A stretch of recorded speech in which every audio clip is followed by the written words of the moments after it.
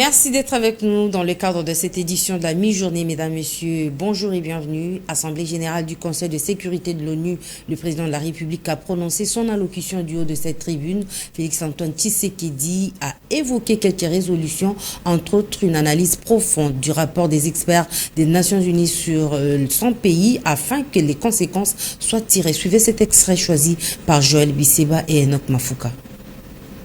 Pour éclairer la communauté des nations et mettre fin aux sempiternelles dénégations des autorités rwandaises, le gouvernement congolais réitère sa demande au président du Conseil de sécurité de distribuer officiellement aux membres du Conseil le dernier rapport des experts de l'ONU sur la situation sécuritaire à l'est de la République démocratique du Congo et de le faire examiner avec diligence par lui afin d'en tirer toutes les conséquences qui s'imposent sur le plan du droit, de la paix et de la sécurité internationale.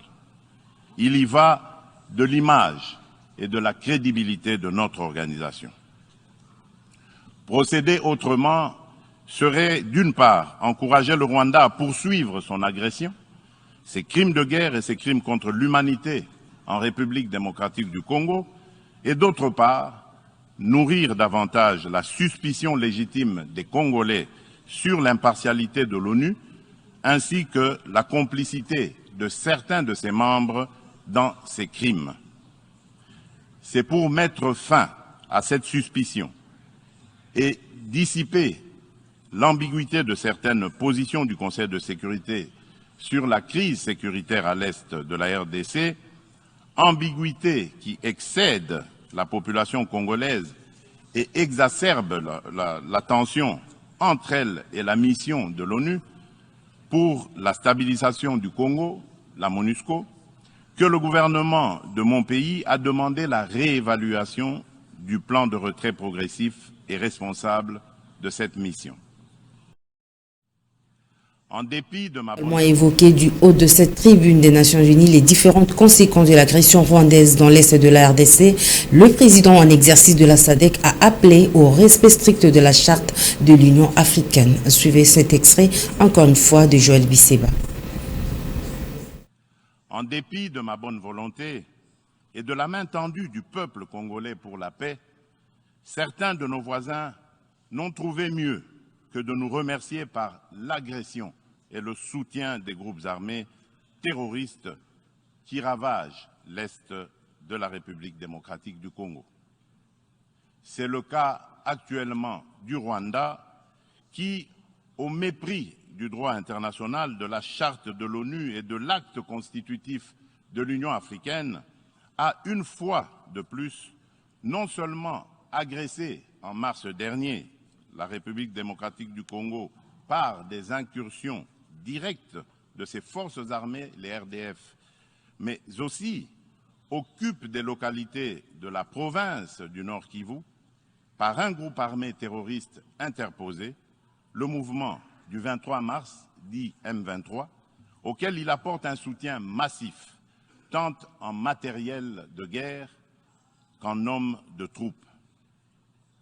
Et comme pour défier la communauté internationale, le M23, avec le soutien de l'armée rwandaise, a même abattu un hélicoptère de la MONUSCO et tué 8 casques bleus, commettant ainsi un crime de guerre. Je dénonce, en ce lieu emblématique de la vie internationale, avec la dernière énergie, cette énième agression dont mon pays est victime de la part de son voisin le Rwanda, sous couvert d'un groupe terroriste dénommé le M23. Monsieur le Président, l'implication du Rwanda et sa responsabilité dans la tragédie que vivent mon pays et mes compatriotes des zones occupées par l'armée rwandaise et ses alliés du M23 ne sont plus discutables, dès lors que plus d'une fois, aussi bien les groupes d'experts dûment mandatés par l'ONU et le mécanisme conjoint de vérification élargie. Changeons de chapitre pour parler de la rareté du carburant dans la ville de Kindu au Maniema. Les stations-service ont fermé leurs portes suite à la rupture des stocks. Seuls les revendeurs du carburant communément appelé Kadhafi font la loi avec une hausse excessive du prix du litre. Suivez. Les grandes stations-service de la ville de Kindu, qui approvisionnent les véhicules et autres engins en gasoil, ont fermé leurs portes depuis le lundi 19 septembre 2022. Suite à la rupture de stock, seuls les revendeurs, communément appelés Kadhafi, fixent un litre d'essence à des prix allant de 7 500 francs à 8 500 francs congolais. Une situation qui a impacté sur le prix de transport. Le gouvernement provincial a annoncé l'arrivée dans les jours qui viennent de la première cargaison de carburant en provenance de Kisangani. Les dispositions sont déjà prises à la CNCC depuis la semaine dernière pour approvisionner la province en carburant. Le gouverneur était déjà alerté sur cette rupture du stock. Il y a certains baleinières qui sont déjà en train de transporter le carburant et le train de la CNC chargé de faire ce mouvement pour approvisionner d'autres carburants au niveau de Ubundu pour les acheminer dans la ville de Kindu, la grande centrale de consommation. Pour rappel, cette rareté de carburant a également perturbé des vols réguliers de plusieurs compagnies aériennes, dont Congo Airways dans la province du Maniema, avec toutes les conséquences sur les échanges commerciaux. Le bureau de la Commission électorale nationale indépendante a réceptionné les kits d'enrôlement des électeurs en provenance de la Corée du Sud. Ce lot des matériels a été reçu à l'aéroport international de Njili par Madame le rapporteur de cette institution d'appui à la démocratie. Reportage. Selon Patrice Asseya à l'aéroport de Ndili, a fait savoir que sa présence s'inscrit dans la suite de la mission qu'ils ont effectuée à Séoul, en Corée du Sud, pour lancer la production des kits d'identification et d'enrôlement des électeurs. Aujourd'hui, notre partenaire, le fournisseur Mirosystem, a fait savoir parvenir un premier lot de ce matériel pour vérifier leur fiabilité et leur fonctionnalité avant une production à grande échelle. La CENI, le président Denis Kadima, les membres de la plénière, les cadres et agents sont déterminés à organiser les élections dans le respect du délai constitutionnel. Dans la foulée au siège de la centrale électorale, a remis officiellement les lots de matériel au président de la CENI, Denis Kadima. Je remets solennellement le spécimen de ce matériel au secrétaire exécutif national pour le travail que nous allons entamer très bientôt dans le cadre du test grandeur nature puisse se dérouler comme nous l'espérons, a déclaré Denis Kadima. Ce test apprendant permettra aussi d'étudier le comportement du matériel et du logiciel en situation réellement d'exploitation et d'apprécier le temps d'identification, moyen d'un électeur pour en déduire le temps d'enrôlement de la population. En outre, cette équipe est en mission de réparer de sites, mais aussi elle a démarré la sensibilisation de proximité concernant notamment le nouveau major au test grandeur nature prévu le mercredi 21 septembre 2022. À présent, je vous convie à prendre connaissance de quelques journaux parus ce matin dans la capitale. Revue de presse.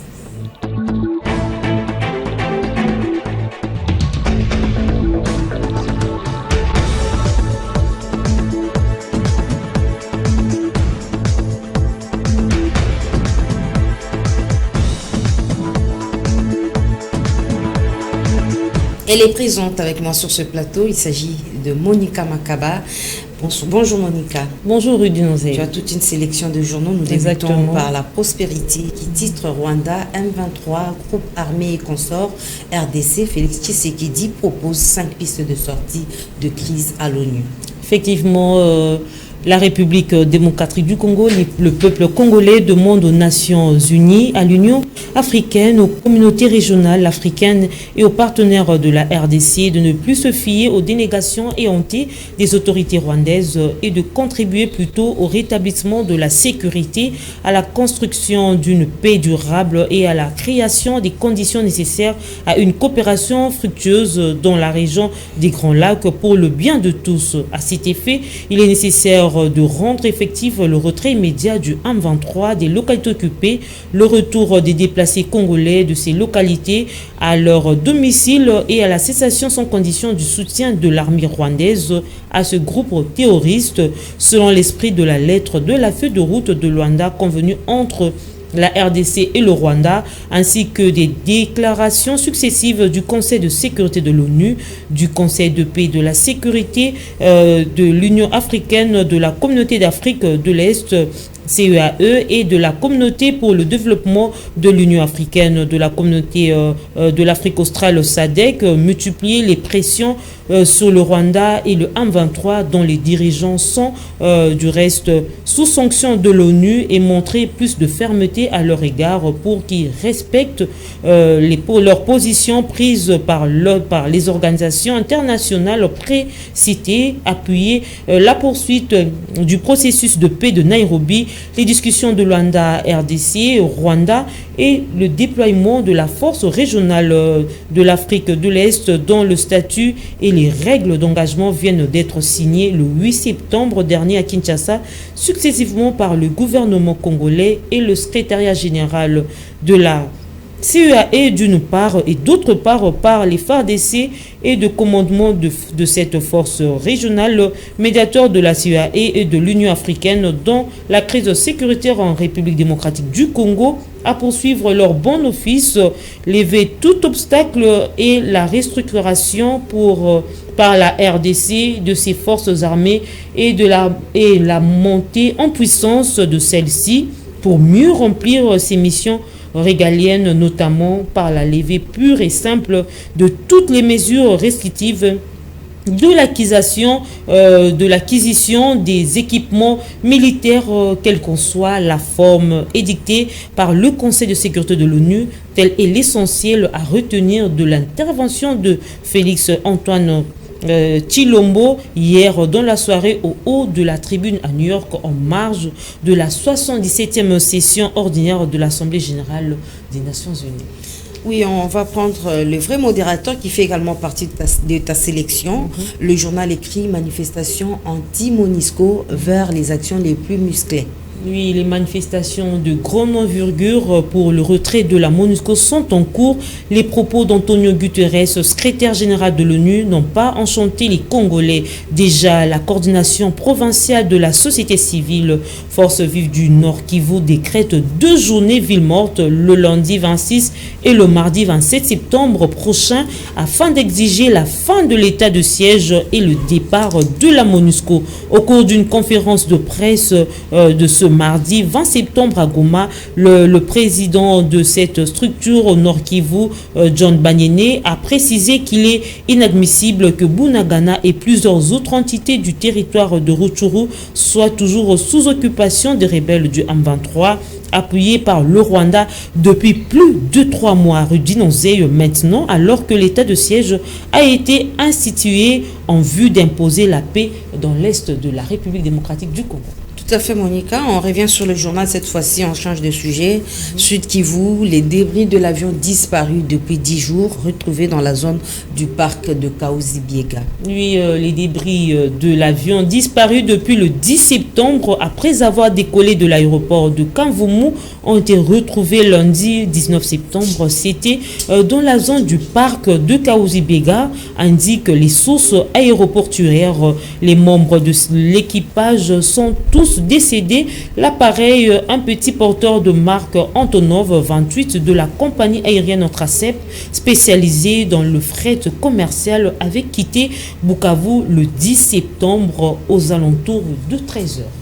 Merci Monica pour cette brillante lecture des journaux. Merci beaucoup Rudi Nonzeyo.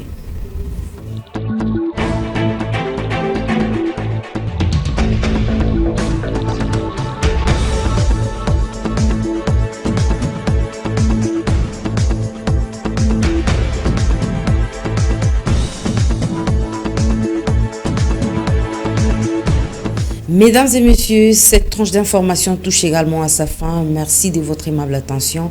Excellente suite de programmes sur la FM Télévision.